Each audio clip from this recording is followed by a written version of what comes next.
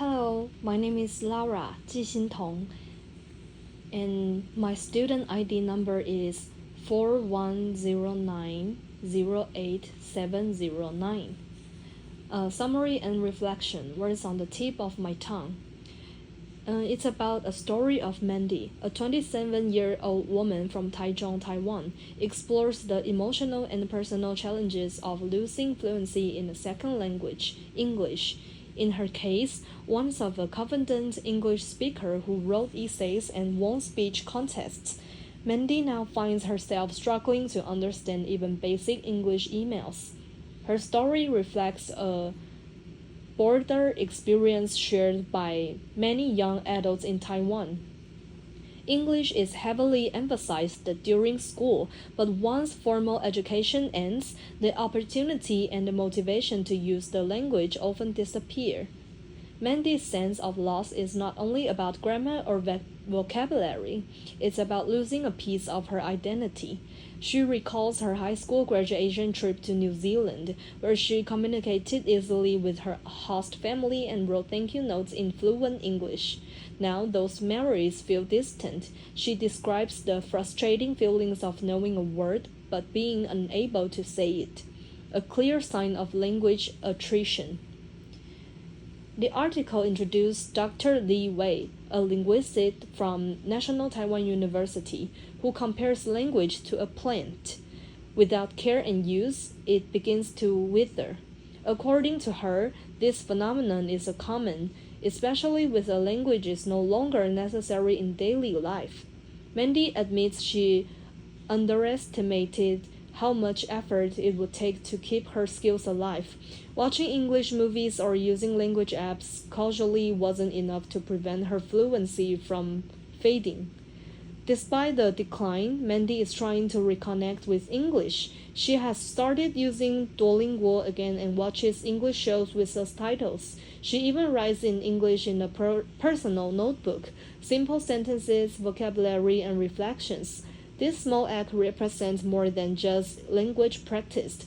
It's a way of reclaiming something she once loved and felt proud of. Mandy believes the words are still inside her, waiting to be found again. The article also presents other perspectives on language learning. May, a 23-year-old university student, keeps her English skills sharp through online gaming with international players. She doesn't rely on formal lessons but has improved her communication skills naturally through immersive, enjoyable experiences.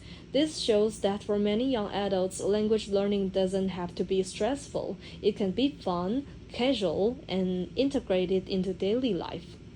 The emotional connection to language is a powerful theme in the article. For Mandy and others, learning English is not just about career opportunities or exams. It represents a connection to the world, a version of themselves they were once proud of, and memories that carry deep meaning. The act of relearning or maintaining a language becomes a personal journey, a way to reconnect with the past and remain open to the future. Personally, I find Mandy's story very relatable and moving. It reminds me that learning a language is not just a skill, it's a relationship. When we stop using a language, it may fade, but it never truly disappears. Like Mandy, many people carry a quiet sense of loss when they feel disconnected from a language they once knew well. But what I admire most about Mandy is her determination. Even though it's difficult, she hasn't given up. She knows she is not starting from zero. She is rebuilding something meaningful. I also appreciate how the article highlights the different ways people are keeping their language skills alive. It doesn't always have to be formal classes or textbooks.